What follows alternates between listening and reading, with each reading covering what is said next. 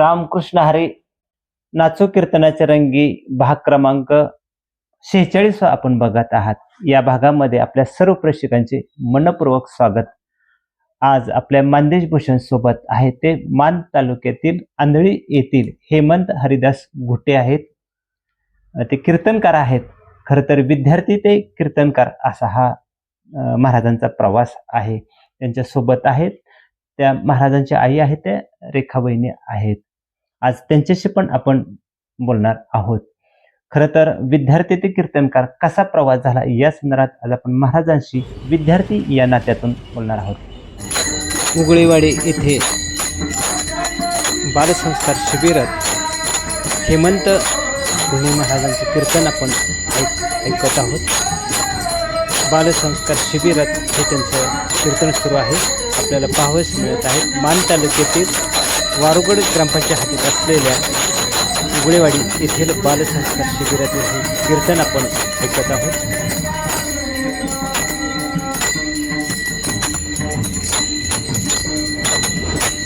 रामकृष्ण हरी महाराज. रामकृष्ण हरी. हेमंत, एक सांग की तू आता कितवीत शिकत आहे? मी आता 9वी मध्ये शिकत आहे. इयत्ता 9वी मध्ये. हा. बरं, एक सांग, तुझे आई वडील काय करतात? शेती करतात. बर, तर तू तुळशीची गळ्यात माळ घातलेली आहे. हो. तर केव्हा घातली आणि कसा तो प्रसंग आहे तुझा? म्हणजे मला माळ घालून आता 4 वर्ष पूर्ण होत आहेत. बर, कुणी सांगितले म्हणून घातली का मनानं घातली नाही, का घरात कुणी घातलेली आहे? मनानं घातली. का मनात विचार आला की आपण तुळशीची माळ गळ्यात घालावी? कसं, मी गुरुकुलला गेलो त्यावेळेस माझ्या गळ्यामध्ये माळ नव्हती. हा. भावानं सगळ्यांच्या गळ्यामध्ये माळ होती तिथं मुलांच्या. बर, आता तू म्हणतोय गुरुकुलला गेलो. ते गुरुकुल कुठलं होते? म्हणजे काय त्या गुरुकुलचं नाव आहे? श्री ज्ञानाय गुरुकुल अकलूज म्हणून आमचे अकलूजला संस्था आहे. कोण आहे त्याचे म्हणजे मुख्य? गुरुरे सुरेश महाराज महाराजांची संस्था आहे. बर, तू कितवीत असताना तिथं गेला? मग मी आता 5वी मध्ये असताना गेलो होतो. 5वी मध्ये असताना गेला आणि त्यावेळेला तुझ्या गळ्यात माळ नव्हती माळ नव्हती. आणि तिथं गेल्यानंतर तुला माळ घालावं लागली. माळ घालावली. बर, मग आता त्या शाळेमध्ये काय काय शिकवलं जातं? त्या शाळेमध्ये शालेय अभ्यास पूर्ण करून घेतला जातो आणि वारकरी संप्रदायाचा जो काही अभ्यास आहे, भावनिक कीर्तनकार होईपर्यंत एक चांगला विद्यार्थी तयार होण्यासाठी जो अभ्यास पुरेसा आहे तो अभ्यास करून घेतला जातो संप्रदायाचा. बर, शाळेत अभ्यासक्रम आहे हो. तो अभ्यासक्रम पूर्ण करीत करीत तुमचा वारकरीचा संप्रदायाचा जो अभ्यास आहे तो असं दुहेरी अभ्यास सुरू हो, आहे. दुहेरी अभ्यास सुरू आहे. आणि हे करत मग तू प्रवचन, भजन, कीर्तन ऐकायला जात असतील किंवा काय शाळेत तुमचं ते कार्यक्रम होत असतील. हो. आता एक सांग हेमंत, पहिलं कीर्तन तसं कुठं झालं? आमच्या गुरुकुलामध्ये माझं पहिलं कीर्तन झालं. ज्ञानाय गुरुकुल अकलूजमध्ये पहिलंच? हा. मग कसा तो प्रसंग होता? म्हणजे पहिला प्रसंग कसा आला सांगायचा? म्हणजे तो प्रसंग असा आला की तुकोबारायांची बीज होती आणि बीजे निमित्त कीर्तन माझं आयोजित केलं गेलं, म्हणजे ठरवलं गेलं कीर्तन. बर. हा. आणि मग कीर्तन ठरवलं. मग काय झालं, बीजेला कोणीच कीर्तनकार तिथे नव्हते. बर. कार्यक्रमाची धावपळ असल्यामुळे सगळे जे ते बाहेर होते, जे ते कीर्तनकार. मग आता कीर्तन करायला कोणी नाही. मग तुकोबारायांचा सोहळा तर साजरा करायचा आहे म्हणून मग मला कीर्तन त्यांनी दिलं आणि मी कीर्तन केलं. बर, कुठला अभंग होता? आपुलिया हिता जो असे जागता, अभंगावर मी कीर्तन केलं. बर, आता एक सांग, पहिलं कीर्तन म्हटलं का माहित आहे? हो. म्हणजे पहिलं कीर्तन, पहिली कुठली गोष्ट असली तरी तणाव येतो मनावर. असं काय घडलं का? ते तणाव काय नव्हता, फक्त टेन्शन आपल्याला येतं की बाबा हो, पहिलं कीर्तन आहे, ऐकणारी लोक आहेत, विद्यार्थी आहेत, आपलेच वर्गमित्र आहेत, आणि शिवाय ज्या सरांनी किंवा ज्यांनी तुम्हाला शिकवले ते पण असतं आणि हे सगळंच सूत्र जुळत असताना सगळंच घडत राहतं ना. म्हणजे पहिलं कीर्तन करताना असं वाटलं की बाबा समाज होता, समाज कीर्तनाला होता. म्हणजे विद्यार्थ्याबरोबरच तुझे सवंगडी बरोबरच इतर लोक होते. मग कसं वाटलं की सर्वांनी कीर्तन ऐकलेत, भरपूर कीर्तनकार ऐकलेत. मग कीर्तनकार ऐकले तर आपण पहिल्यांदाच उभं राहतोय. पहिल्यांदाच उभं राहताना आपल्याकडून एखादा चुकीचा शब्द, चुकीचं वाक्य जाऊ नये. कारण की समाज हा सर्वांना पारखून राहिलेला असतो, सगळ्याला पारखून घेतलेला असतं समाजाने. आणि एकच भीती वाटते की आपण ज्यांच्याकडे शिकतो ते शेवटी येणार आहेत, मग त्यांचा अनादर आपल्याकडून झाला नाही पाहिजे, एखादं चुकीचं वाक्य, चुकीचा शब्द गेला नाही पाहिजे. एवढीच भीती होती मला. मग परत सगळं हे झालं, परत चांगलं झालं. परत काय लोकांनी सांगितलं किंवा वर्गमित्र असतील किंवा ऐकणाऱ्यांनी काय प्रतिक्रिया दिली? प्रतिक्रिया दिली की बाबा पहिलेच कीर्तन असताना चांगलं कीर्तन झालं, निर्भीडपणे कीर्तन केलं असं सांगितलं. आता एक सांग, पहिलं प्रवचन कुठं झालं?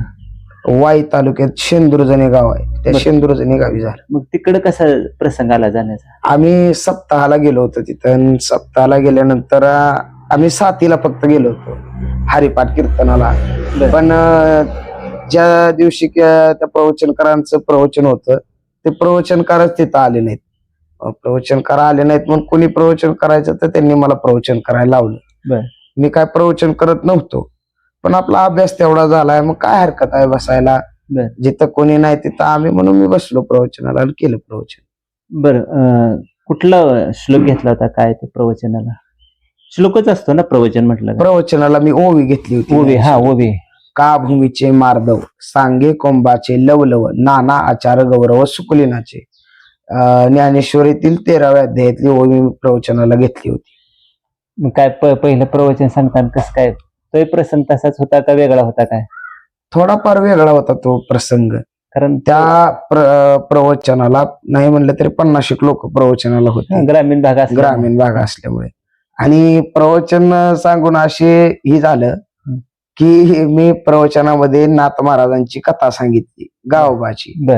आणि नाथ महाराजांची कथा सांगितली. त्या गावी जे सप्ताहाचे आयोजक होते, जे वयस्कर ते आजोबा होते, त्या आजोबांना त्या गावकऱ्यांनी ते गावोबा नाव देऊन टाकलं. म्हणजे माझ्या प्रवचनानंतर माझ्या प्रवचनातून त्यांनी कथा ऐकली आणि कथेनंतर ते गावोबा नाव देऊन टाकलं. बरं, गावोबा म्हणजे काय? गावोबा म्हणजे एक नाथ महाराजांचा शिष्य म्हणून गावोबा म्हणून एक होता. जे कथाभाग सांगायचा म्हणलं तर नाथ महाराजांच्या गावाच्या शेजारी, पैठण गावाच्या शेजारीच एक गाव होतं.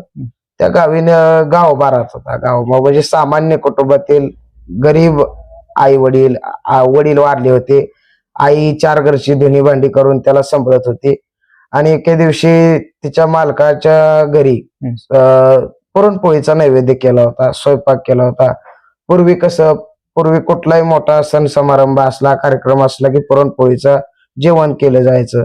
मग पुरणपोळीचा नैवेद्य त्या गावोबाच्या आईनं थोडासा गावोबासाठी आणला होता. मग गावोबाने तो जेवला, गावोबाने ते खाल्लं आणि गावोबा बोलू लागला की आई, हा कुठला पदार्थ आहे, अतिशय आनंद होतोय मला हा खाल्ल्यानंतर, खूपच मला आवडतोय. तो गावोबा म्हणतोय, आई हा पदार्थ मला दररोज करून देशील का ग? आईच्या डोळ्यामध्ये टचकन पाणी आलं. आई म्हणते, गावोबा 4 घरची धुनी भांडी करून मी तुला कसं तरी तुझं पोट भरते, 2 टायमिंगचं जेवण कसं तरी मी तुला देते, आणि हा पुरणपोळीचं जेवण तुला कसं मी देणार, दररोज कसं देणार? मग त्या आईच्या कानावरती नाथ महाराजांची बातमी पडली होती. बाबा आपल्या गावाच्या पलीकडे पैठण मध्ये गावोबा नाथ महाराज राहतात. नाथ महाराजांच्या वाड्यामध्ये दररोज पुरणपोळीचं जेवण असायचं. दररोज नाथ महाराजांच्या घरचं पुरण. म्हणजे हे नाथबाबांची गोष्ट तुम्ही सांगितली पहिली, आणि मग पहिला प्रसंग झाला. आता एक सांगा, म्हणजे तुमच्या दृष्टीने, म्हणजे आता तुझ्या दृष्टीनं कीर्तन आणि प्रवचन आता दोन्ही केलेले आहेत, सगळ्यात अवघड कुठलं वाटतं? म्हणजे सगळ्यात अवघड तर तसं प्रवचन. भावानं माणसं म्हणतात की कीर्तन अवघड, पण कीर्तनापेक्षा अवघड प्रवचन आहे. कसं अवघड? तर कीर्तनामध्ये काही आठवलं नाही की विठ्ठल विठ्ठल तरी भजन करता येतं, पण प्रवचनामध्ये एकदा हरे राम सुरू झालं की शेवटचं विठ्ठल विठ्ठल होईपर्यंत कुठंच थांबायचं नाही, चालू कंटिन्यू असतं. आणि प्रवचनामध्ये अभ्यासाशिवाय काय बोलता येत नाही. कीर्तनामध्ये इकडल्या तिकडल्या गप्पा मारता येतात, पण प्रवचनात गप्पा मारून जमत नाही. म्हणजे ते एक फार मोठी जबाबदारी. 1 तास तुमचा अभ्यास पाहिजे. 1 तास अभ्यास पाहिजे. खर तर आता तू शाळेचा अभ्यास करत आहे. हो, करतो. आणि इकडे पण कीर्तन प्रवचन म्हटलं का हाही अभ्यास करावा लागतो, म्हणजे 2 अभ्यास तुझ्या पुढे आहे. तर जर कीर्तन किंवा प्रवचन कुठं असेल तुझं, तर मग कसा वेळ देतो, म्हणजे स्पेशल अभ्यासासाठी, वारकरी अभ्यासासाठी? मग दिवसभराचं सगळं काम आटपून, दिवसभराचं जे काही उपक्रमात सहभाग होऊन, संध्याकाळी झोपायच्या टायमिंगला झोपायच्या वेळी मग वरती टेरेस वरती कुठं बाहेर जिथे बसायचं, आपल्याला वेळ मिळेल जिथे तिथे किंवा आपल्याला जागा वेळ मिळेल भेटेल. तिथे. हा. मग तिथे आपले ग्रंथ हे घेऊन बसायचं आणि त्या ग्रंथातून अभ्यास करायचा. शाळेचा पण वेगळा करायचा आणि इकडे पण हो, म्हणजे दोन जबाबदारी दोन जबाबदारी आहे. हा. आता खरं तर माहित आहे म्हणजे कीर्तन सांगायला लागलं का सूर बघितला जातो महाराजांचा, हो. कसा गातात वगैरे. हम्म. हा सूर कसा मिळवला? स्वरासाठी मी गायनच शिकतो. बर पण गायन शिकत असताना दररोज सराव असतो आमचा सकाळचा. सकाळच्या सरावामध्ये मी गायनाचा सराव करतो आणि मी जास्त संगीत भजनापेक्षा वारकरी भजनावर जास्त भर देतो. बर. पण आपला बाज आहे तो वारकरी असला पाहिजे. आता संगीत भजन आणि वारकरी भजन ह्याच्यात फरक काय दोन्ही? म्हणजे संगीत भजनामध्ये रागाला महत्व आहे बर. आणि वारकरी भजनामध्ये चालीला महत्व आहे. बर. चालीची ठेवण कशी असावी, चाल कुठून उतरली पाहिजे, कुठून सुरू झाली पाहिजे, हे वारकरी भजनामध्ये मुख्यत्व पाहिलं जातं. आणि संगीत भजनामध्ये रागाला महत्व आहे. राग, आलाप, वेगवेगळे प्रकार आहेत. हा. असा विषय आहे म्हणजे. हो आता एक सांग, आता शाळा शिकत आहे, नववीला आहे तू. हो. आता भविष्यात काय व्हायचं ठरवलेलं आहे? म्हणजे एकतर कीर्तनकार तर होणार आहे, 100% हा. झालेलंच आहे. हम्म. पण कीर्तनकार करीत अजून म्हणजे नोकरी, व्यवसाय असं पुढे काय विचार आहे? कीर्तनकार ती कीर्तनाचे हे तर आहेच, हे क्षेत्र आहेच, मग याला जोड काहीतरी म्हणून व्यवसाय करायचा. तरी आवडीचा कुठला व्यवसाय आहे? म्हणजे जसं आता तुझी आवड आहे, तू कीर्तन वारकरी संप्रदायात हा. गेलेला आहे, हम्म. तर तुझ्या आवडीचा व्यवसाय काय आहे? म्हणजे व्यवसाय म्हणजे भाजीपाल्याचा, हे म्हणजे संत सावतामाळे सर, सावतामाळ्यांचा, शेती वगैरे. शेती वगैरे. बर. आता एक सांग, आता नवीन कीर्तनकार मुलं होत आहेत, हो. तर त्यांच्यासाठी काय सांगशील तू? त्यांच्यासाठी कसं म्हणजे नवीन नवोदितासाठी. हा, नवोदितासाठी. तू नवोदित आहे, हो. तरी पण कीर्तन आता सुरू झालेलं आहे, हा. तर काही बंधनं, काय पथ्य किंवा काय असावं नवोदितांच्याकडे असं तुला वाटतं? नवोदित कीर्तनकार तर तयार झालीच पाहिजे, त्याच्यात दुमत नाही. पण कीर्तनकार तयार होत असताना कीर्तनकारामध्ये काही नियमावली आहेत. संप्रदायानं काही नियम घालून दिलेत की बाबानो, कीर्तन करत असताना हा पुरेसा अभ्यास झाला पाहिजे, आपल्याला तेवढा अनुभव असला पाहिजे, अनुभवाशिवाय बोलू नये, एवढाच पुरेसा म्हणजे नवोदितांना संदेश पुरेसा आहे. म्हणून कीर्तन करत असताना आपला काहीतरी नियम असला पाहिजे, आपण नियमाशिवाय बोलू नये, आपला अनुभव काहीतरी म्हणजे आपल्या बऱ्याच गोष्टी नवोदित गोष्टी असल्या तरी थोडस त्या नियमाला किंवा हे धरून चाललं पाहिजे. आपल्या वक्तव्यातून अनुभव आपला बाहेर पडला पाहिजे आणि अनुभव वारीचा, भजनाचा, अभ्यासाचा अनुभव आपला बाहेर पडला पाहिजे. महत्वाचा तो विषय हा. आहे. धन्यवाद हेमंत. ताई, काय सांगचाल आज तुमच्या मुलाला? खरं तर मुलं डॉक्टर, इंजिनियर, वकील, इंजिनिअरिंग ह्या क्षेत्रात पाठवत असतात, असा काय प्रसंग आला की वारकरी संप्रदायामध्ये मुलाला पाठवावं? असं काय गावामध्ये पहिल्यांदाच वारकरी संप्रदाय झालं होतं. बर. म्हणजे कसं इथं सप्ताह होतो, हो, पण होतो. गावाच्या बाहेर होत होता. ते 2 गावात- सप्ते होतात आपल्या हा, आंधळीमध्ये, गावात 2 दोन सप्ते. होते, हम्म. गावाच्या बाहेर एक आणि गावात एक. शेंडे वस्तीवर एक शेंडे होतं वस्तीवर, हा. आणि गावात 2. गावात म्हणजे आता 5 वर्ष झाले सप्ताह सुरू झालाय. बर. मग कसं कोरोनाचा कालावधी होता, मग घरी बसून असं तब्येत जरा जास्त झाली होती, जाड होता. हा, तब्येत जास्त होती. तर मी म्हटलं की घरी बसण्यापेक्षा नुसतंच म्हणजे नुकताच हरिपाठ चालू केलेला गावामध्ये बरोबर. लोकांनी. मग म्हणलं जा तिथं उड्या मारून जरा तब्येत कमी होईल. म्हणजे अशी सहज बोलून गेली. बर. हा. सहज बोलून गेले तर तो पण म्हणजे मी सांगितल्यावर गेल्यावर ना मग 2च दिवसात हरिपाठ बोलू लागला. बर. माईकवर म्हणजे त्याचा आवाज माईकवर यायला लागला की असं कसं मन प्रसन्नच होऊन गेलं. मग थोड्या दिवसानं शाळा सुरू होणार होती.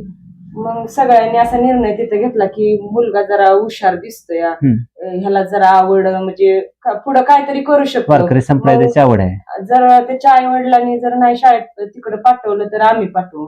गावकऱ्यांनीच निर्णय घेतला. जी आप्पाही होते ना, ते म्हणाले की नाही त्यांनी शिकवलं तर आम्ही शिकवू. तर मग म्हणलं त्यांनी शिकवण्यापेक्षा आपणच करूया ना ते सहभाग. हो.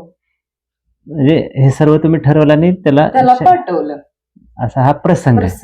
मग आज 9वी पर्यंत आहे कीर्तन. त्याचं पहिलं तुम्ही कीर्तन ऐकलं असेल किंवा कीर्तन ऐकता तुम्ही त्याचं कीर्तन ऐकल्यानंतर हे म्हणजे तुम्हाला बरेचसे लोक विचारत असतील ना, शेजार पाजारी किंवा विचारतात काही ते. ओळखीचे लोक की तुमचा पोरगा कीर्तन सांगतो, हो काय वाटतं तुम्हाला ते?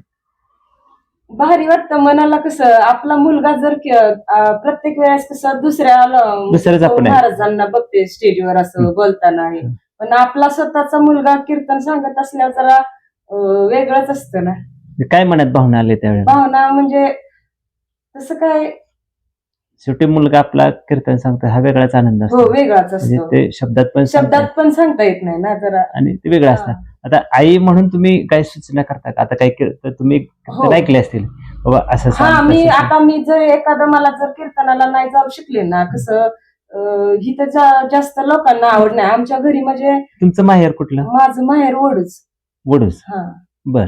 आता माहेरात पण कोण असं म्हणजे म्हणजे वारकरी संप्रदाय नाही, माळकरी नाही, कोणीच इथं नाही. पण कोण नाही.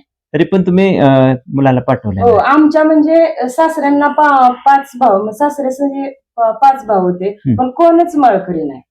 पण योगायोगानं आमच्या म्हणजे पिढीत पहिलाच माळकरी आणि कीर्तनकार. महाराज पण पहिलाच. महाराज पहिले प्रवचन कीर्तनकार सगळे सगळे पहिलेच. माऊलीने तुम्हाला आणि एका त्याचं असं आहे की प्रत्येक गोष्ट अशी झाली ना की आई हे ते असं म्हणजे सांगतो मला येऊन सगळं. तुम्ही काय ऐकल्यानंतर सांगता का? हा हे जरा चुकीचं आहे, हे बरोबर आहे.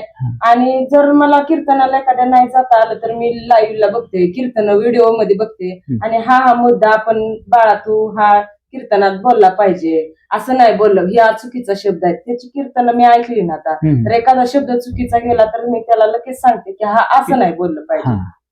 म्हणजे आई म्हणून तुम्ही आई जबाबदारी म्हणून, हो. कारण आई म्हणून ज्यावेळेला तुम्हाला विचारलं जातं तुमचा मुलगा, त्यावेळेला हो. तुम्हाला त्याचं उत्तर द्यावं लागतं. हो द्यावं लागतं. त्यामुळे उत्तर देताना म्हणजे कसं आपल्याला मुलांना अजून भविष्यात हो सांगावं, चांगलं अजून कीर्तन कसं लहानच अभ्यास आहे, करून. अनुभव अजून यायचे यायचे अजून. थोडंफार इकडं तिकडं होतं, आहेच. जरा समजून 1-2 गोष्टी सांगितल्या की मग होऊन जातं. हो. धन्यवाद. खरं तर आज आपण महाराजांशी विद्यार्थी या नात्यानंच खरं तर त्यांच्याशी हेमंत महाराजांशी गप्पा मारलेल्या आहेत. त्यांच्या आईने पण सांगितले की मी कीर्तन ऐकते आणि काही वेळेला मी सूचना पण सांगते, तर त्यांचं बरोबर आहे. कारण आईची भूमिका फार महत्वाची असते, प्रत्येकाच्या जीवनात आहे, त्याच भूमिकेतून खरं तर त्या सांगत असतात.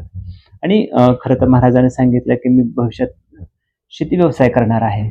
खरं तर कीर्तनकार हा माझा पहिला पेशा आहे आणि नंतर मी दुसऱ्या गोष्टी म्हणजे एक जोडधंदा म्हणून शेती करणार आहे. मानदेश भूषणशी बोलताना महाराजांनी खरं तर जीवन प्रवास सांगितलेला आहे. महाराजांना मनपूर्वक धन्यवाद, त्यांच्या मातोश्रींना पण मनपूर्वक धन्यवाद.